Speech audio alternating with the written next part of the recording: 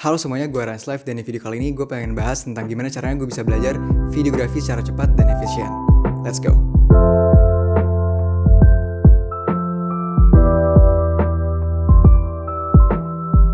Alright, seperti judul dari video ini, gue bakalan share ke kalian nih gimana caranya gue bisa belajar foto dan videografi secara otodidak. Basically sebagai background, gue udah mulai belajar tentang foto dan videografi dari tahun 2015. Waktu itu gue pakai kamera pertama gue itu Canon 700D. Nah, di situ gue belajar melalui YouTube. Gimana caranya? Rutin nontonin tutorial. Nah, waktu itu gue geek banget dengan yang namanya foto dan videografi. Semuanya pengen gue pelajarin. Entah itu dari segi editingnya, segi produksi, segi shootingnya, semuanya gue tonton dan gue pelajarin tuh tutorialnya.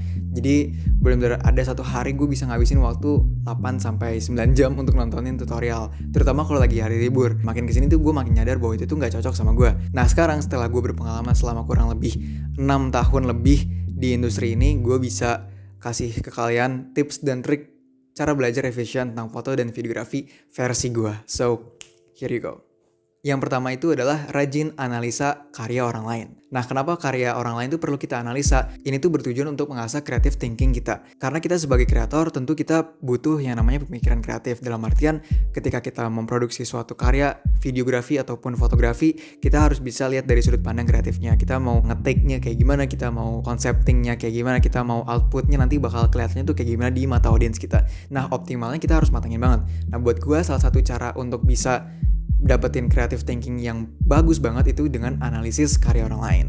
Sebagai contoh, gue pribadi suka analisis karya kreator terkenal di YouTube seperti Sam Kolder, J.R. Ali, dan Matt Komo. Itu sesuai dengan preferensi kalian masing-masing. Kalau gue analisis karya kreator yang barusan gue sebutin tadi itu ada alasannya sendiri-sendiri. Kalau Sam Kolder gue suka karena dia sering menggunakan seamless transition. Kalau misalnya kalian lihat perkembangannya dari awal banget dia berkarir sampai sekarang, itu style transisinya dia tuh berubah banget. Dari yang awalnya bener-bener zoom in yang kayak cungda sampai sekarang yang benar-benar seamless yang lu tuh nggak expect bahwa di situ tuh ada transisi dan di situ bahkan pakai transisi sama sekali, jadi lu benar-benar nggak sadar. Nah itu perlu analisis yang tinggi banget dan makanya gue suka banget analisis karya-karyanya dia. Nah yang kedua itu adalah J.R. Ali. Nah dia ini dikenal dengan video-videonya yang super intense dan high paced banget, jadi benar-benar padet gitu. Dalam 1 menit itu bisa shotnya banyak banget dan transisinya juga yang dipakai banyak banget. Makanya gue suka analisis karyanya dia karena ada continuity dan intensity-nya yang konsisten. Sebagai contohnya aja, di video dia yang London itu dia menggunakan teknik match cut dan continuity shot, dimana shot-shot yang disambungin itu benar-benar nyambung berdasarkan pergerakan kameranya. Jadi misalnya geraknya ke kiri, jadi shot-shot yang seterusnya itu ke kiri semua gitu. Dan itu konsisten. Itu yang bikin kita merasa immerse. Dan itu hal-hal yang gue analisis gitu. Hal-hal kecil. Yang ketiga ada Matt Komo. Gue suka karena aspek filmmaking dia itu dapat banget. Terlebih karena dia datang dari background universitas film. Jadi gue belajar dari aspek filmmakingnya dia. Seperti gimana cara dia natain cahaya, gimana cara dia bikin storyboard, editingnya gitu. Dan itu semua gue pelajarin. Contoh analisis kecil lain yang gue lakuin itu adalah musik, sound effect, color grading, penggunaan shot, motivasi shot, dan lain sebagainya. Itu kalian harus asah terus, nggak bisa cuma sekedar nonton sekali terus kalian bisa dapet. Kalian harus nonton berkali-kali, baru kalian bisa nemuin nih kliknya tuh kayak gimana. Nanti pasti kalian bakal ngerasa sendiri. Makanya masuk ke tips yang kedua, yaitu praktek. Praktek. Kalau misalnya tadi gue udah analisis karya orang lain, karya kreator terkenal, gue udah nontonin tutorial, tinggal prakteknya. Kenapa harus praktek? Karena dari praktek kita bisa membangun suatu muscle memory yang bakalan ketanam di otak kita secara jangka panjang. Nah, mungkin kalian pusing nih dengan terminologi muscle memory. Pada dasarnya muscle memory itu adalah ingatan pergerakan kita atau otak kita ketika kita sedang memegang atau melakukan suatu aktivitas.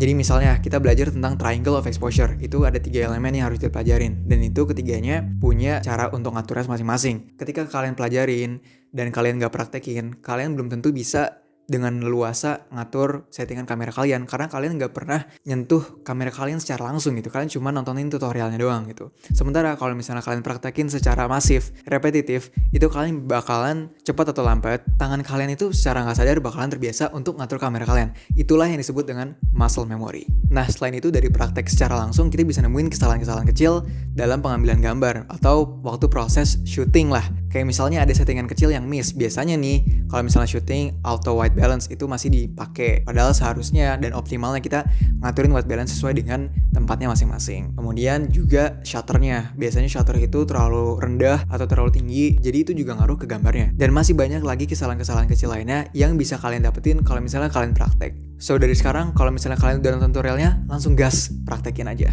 Masuk ke tips dari gue yang terakhir itu adalah growth mindset. Nah, growth mindset ini pada dasarnya adalah mindset atau pola pikir di otak kita di mana kita tuh harus selalu develop skill yang kita punya. Jadi misalnya kita udah merasa bisa nih ngatur kamera, nge-shoot, ngedit, produksi segala macam itu kalian udah bisa gitu. Tapi kalian harus selalu ngasih ruang untuk improve. Jadi jangan pernah merasa puas. Intinya gitu.